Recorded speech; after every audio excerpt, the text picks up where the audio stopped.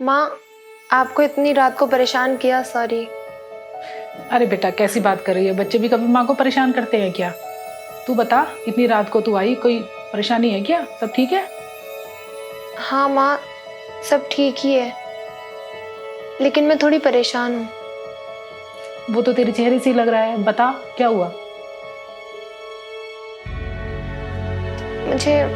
मुझे 50,000 रुपये चाहिए अर्जेंट। 50,000 रुपए? इतने सारे पैसे? सब ठीक तो है?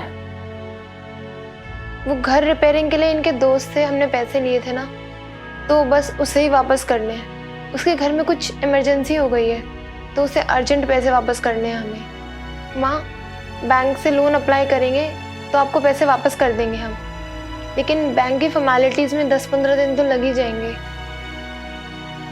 प्लीज़ माँ, मेरी हेल्प कर दीजिए। बेटा, बहू के आने के बाद मैंने सारी की सारी जिम्मेदारी अपनी बहू को दे दी। सारे पैसे देने के हिसाब वही रखती है, तो उसी से एक बार बात करके देख, वही तुझे पैसे दे देगी।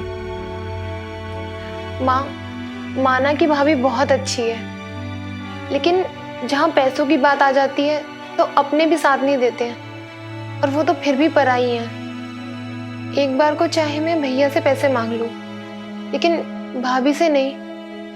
अगर भैया ने मुझे मना कर भी दिया तो मुझे बुरा नहीं लगेगा, लेकिन अगर भाभी ने मना कर दिया ना तो मुझे बहुत बुरा लगेगा। माँ देख बेटा, मेरे बाद तुझे सारे रिश्ते अपने भैया भाभी के साथ ही निभाने हैं। प्रतीक पहले अपनी सारी सैलरी मेरे हाथ में देता था और सारा हिसाब किताब मैं ही रखती थी, पर अब मैंने सारी की सारी जिम्मेदारी तेरी भाभी को दे दी है और वो अच्छे से निभा भी रही है। तू ज़्यादा ना सोच, अपनी भाभी से जाकर बात कर ले। प्रतीक भी अभी थोड़ी देर में ऑफिस से आने ही वाला होगा। ठीक है माँ, मैं भाभी से ही बात कर लेती हूँ।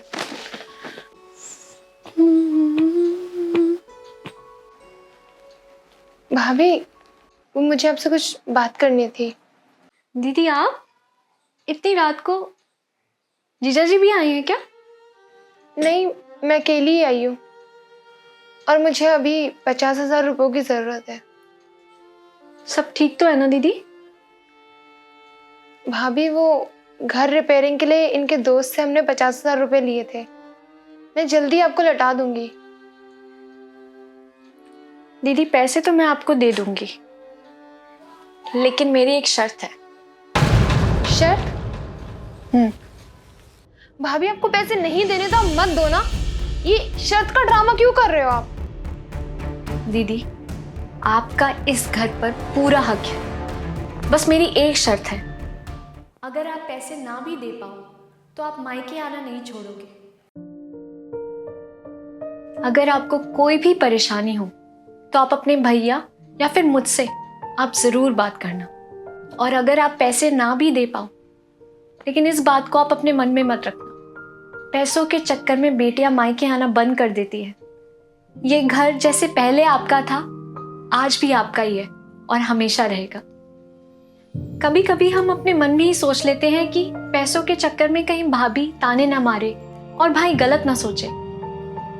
दीदी, मुश्किल वक्त में अगर अपने साथ ना दे तो काहे के अपने। बस यही मेरी आपसे एक शर्त है। भाभी, मैं तो पता नहीं क्या क्या सोच रही थी, लेकिन आपने ये बोल के मेरे दिल का बोझ हल्का कर दिया। मुझे आपकी शर्त मंजूर है।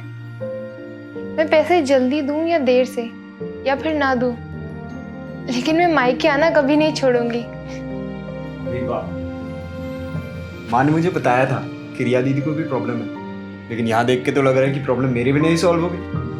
वैसे जिस घर में भाभी और ननद का रिश्ता इतना मजबूत हो, वहाँ भाई को दरकिनार कर ही दिया जाता है। मेरी कोई वैल्यू है या नहीं? सारा प्यार भाभी के लिए, भाई के लिए कुछ बचा है? थैंक यू भाई, इतनी अच्छी भाभी लाने के लिए। अगर ऐसी सोच हर भाभी की हो तो हर घर जन्नत बन जाएगा, और किसी भी लड़की को अपना मायका पराया नहीं लगेगा। ये बात तो सच है। चलो दीदी, अब टेंशन फ्री हो जाओ, डिनर करते हैं, फिर मैं आपको घर छोड़ आता हूँ। ठीक है।